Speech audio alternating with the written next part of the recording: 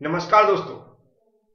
आज का सब्जेक्ट है मैन्युफैक्चरिंग इंजीनियरिंग, जिसके अंदर आज हम लोग समझेंगे gear shaping, rack and pinion type cutter method. ये दोनों ही rack and pinion type cutter method important हैं। इस पर क्वेश्चन पूछा जा सकता है, इसलिए आप लोग वीडियो पूरा देखें और जो मैं यहाँ पर समझा रहा हूँ उसको ध्यान से समझें, जिससे आप एग्जाम में इसको एक्सप्लेन कर सकें और अच्छे से लिख सकें। चलते हैं, स्टार्ट करते हैं। यहाँ पर जो टॉपिक है आज का, rack and pinion type cutter method, इनको वन बाई वन हम समझाएंगे। लेकिन इससे पहले हमें यह समझना होगा कि गियर शेपिंग होती क्या है। तो ध्यान से सुनें। इससे पहले मैंने एक वीडियो डाला था, उसमें आपने देखा होगा gear manufacturing process. Gear manufacturing process के बारे में हमने समझा था कि दो टाइप से हम गियर को मैन्युफैक्चर करते हैं, एक तो फॉर्मिंग प्रोसेस, दूसरा मशीनिंग प्रोसेस। और दोनों ही मेथड से जो गियर मैन्युफैक्चर होता है वह कंप्लीट नहीं होता कि हम उसको यूज कर सकें। उसके बाद भी दो प्रोसेस होती हैं, एक तो शेपिंग और तीसरी फिनिशिंग। तो सेकंड मेथड कौन सी हुई? Shaping method. अब शेपिंग होती क्या, ध्यान से समझें। जो हम टीथ बनाते हैं, जो टीथ क्रिएट करते हैं, वह क्या होते हैं, थोड़ी बहुत उनमें क्या होती है, कमी होती है। मतलब एक्यूरेट साइज के नहीं होते हैं, उनमें सही से फिनिशिंग नहीं होती। तो उसके लिए हम क्या करते हैं, उन जो टीथ होते हैं उनको एक्यूरेट शेप एंड साइज में लाते हैं, बिल्कुल मैश करा के, गियर टू गियर मैश करा के। मैश कराने का मतलब क्या होता है, ये दो गियर हैं, इसके बीच में गैप होता, तो एक गियर ऐसा मैश कर सके जिससे वो एक दूसरे को पावर ट्रांसमिट अच्छे से कर सके। तो इसको हम क्या करते हैं, शेपिंग बोलते हैं। कि हम क्या करते हैं, गियर के जो टीथ हैं उनको एक्यूरेट शेप एंड साइज में लाएं, जिससे वह एक दूसरे में अच्छे से मैश कर सकें और वह क्या कर सके, पावर को ट्रांसफर कर सके। तो शेपिंग मेथड क्या हुई, समझ में आएगा। जो हमारे गियर के टीथ है उनको एक्यूरेट शेप एंड साइज में लाना क्या कहलाता है, गियर शेपिंग मेथड। अब एक गियर शेपिंग की डिफरेंट टाइप्स की मेथड होती है, जिसमें आज हम लोग क्या समझ रहे हैं, rack and pinion type cutter method. सबसे पहले समझेंगे रैक टाइप कटर मेथड। एक क्वेश्चन आपके दिमाग में और आ रहा होगा कि रैक एंड पिनियन क्या होता है। तो मैं एक डायग्राम के थ्रू समझा रहा हूं, थोड़ा सा समय और लेंगे तो वो भी आपको समझ में आ जाएगा कि रैक पिनियन होता क्या है। यहाँ पर ये आपको डायग्राम दिख रहा होगा, इसको ध्यान से समझें। ये जो आपको सर्कुलर टाइप का एक चक्का टाइप का दिख रहा है, व्हील टाइप का, इसको बोलते हैं पिनियन। क्या बोलते हैं, पिनियन। और जो बिल्कुल लीनियर डायरेक्शन में यहाँ पर पड़ा हुआ है, इसको बोलते हैं रैक। क्या बोलते हैं, रैक। इन दोनों का बड़ा गहरा संबंध होता है। गहरा कैसा होता है, ये जो पिनियन है यह कैसे मूव करती है, सर्कुलर मोशन करती है। कैसा, सर्कुलर मोशन। जबकि रैक होता है कि क्या करता है, लीनियर मोशन करता है। कैसा करता है, लीनियर मोशन करता है। इन दोनों के बीच में ऐसा संबंध होता है कि यदि ये पिनियन सर्कुलर मोशन कर रही है, कैसा, सर्कुलर मोशन कर रही है, तो ये रैक होता है, इसके साथ कैसा मोशन करेगा, लीनियर मोशन करेगा। कैसा करेगा, लीनियर मोशन करने लगेगा। लीनियर मतलब रैखिक डायरेक्शन में। यदि हमारा रैक अगर लीनियर डायरेक्शन में मोशन कर रहा है, घूम रहा है, तो हमारा ऑटोमेटिक तरीके से पिनियन हमारी कैसी, सर्कुलर मोशन करने लगेगी। तो ये रैक एंड पिनियन के थ्रू कैसे हम गियर की शेपिंग करते हैं, अब ध्यान से समझेंगे, वन बाई वन समझाने वाला हूं। तो ये डायग्राम है, इसी के थ्रू आपको समझाना है और यही डायग्राम एग्जाम में बनाना है। तो जैसा मैंने समझाया, पहले कौन समझ रहा है, रैक टाइप कटर मेथड। तो इसको हम बोल सकते हैं क्या है, गियर शेपिंग मेथड है।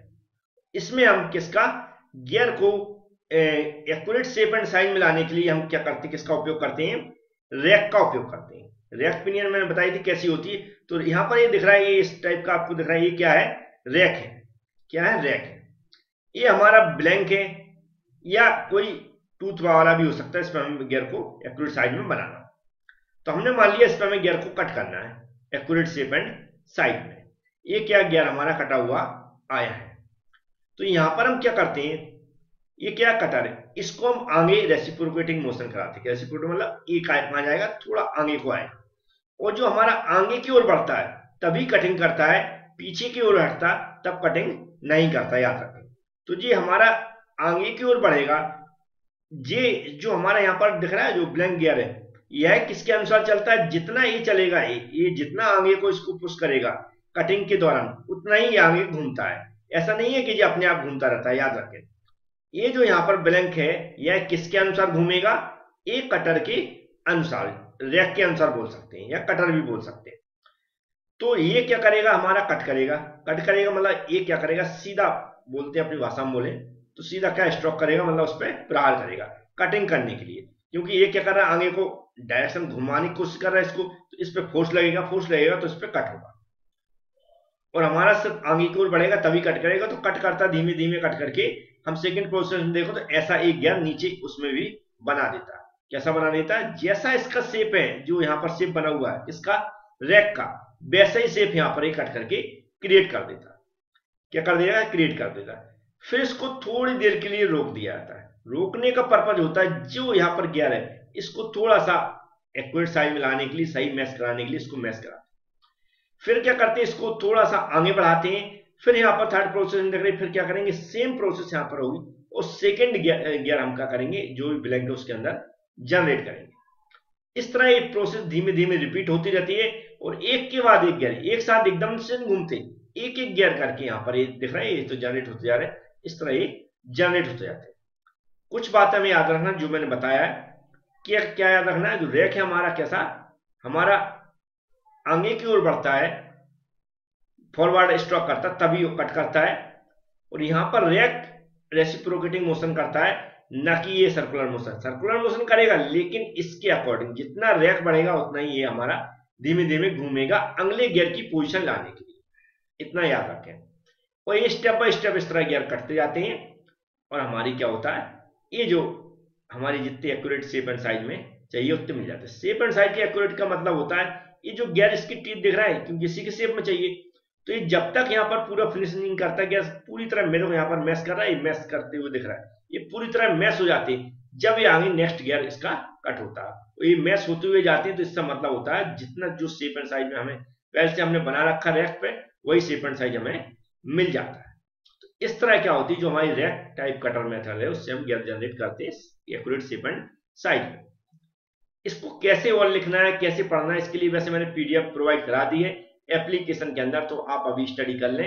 एप्लीकेशन जिनके पास नहीं है उनके लिए जो डिस्क्रिप्शन बॉक्स होता है वीडियो को, जो वीडियो आप देख रहे हैं देखेंगे आप, नीचे मोर लिखा होगा, उस मोर पे क्लिक करते हैं तो डिस्क्रिप्शन बॉक्स ओपन हो जाएगा।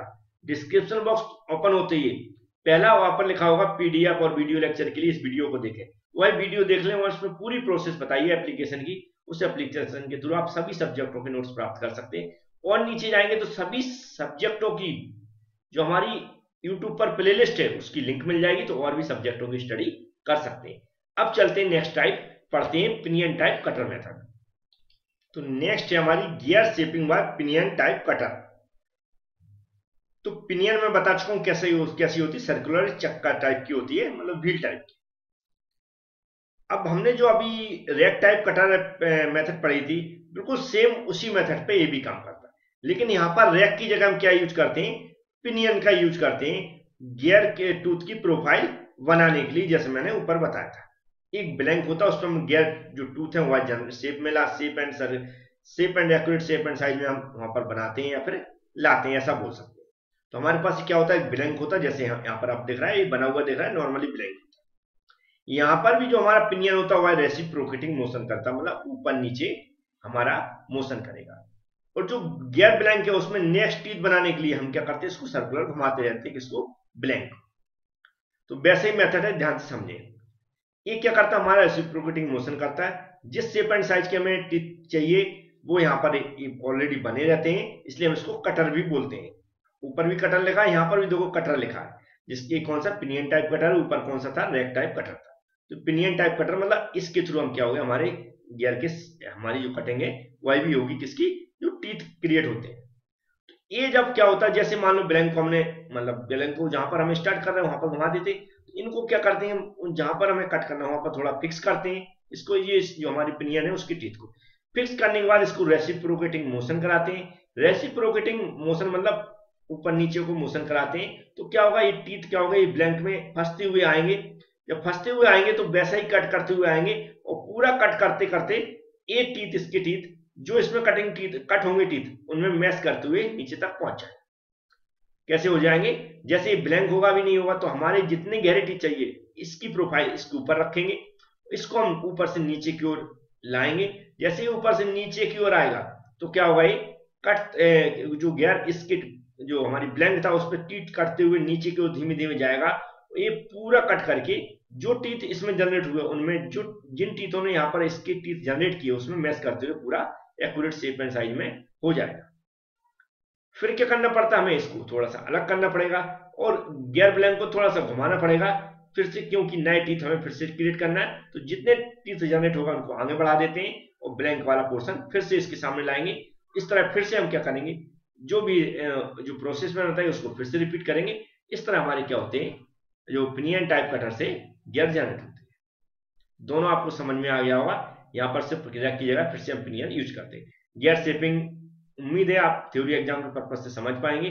कुछ भी समझ में ना आए तो हमने बताया पीडीएफ को एक बार अच्छे से पढ़ लें। जो मैंने यहाँ पर समझाया दोनों को आप मिक्स करते हुए चलेंगे तो गारंटी आपको अच्छी समझ में आ जाएगा।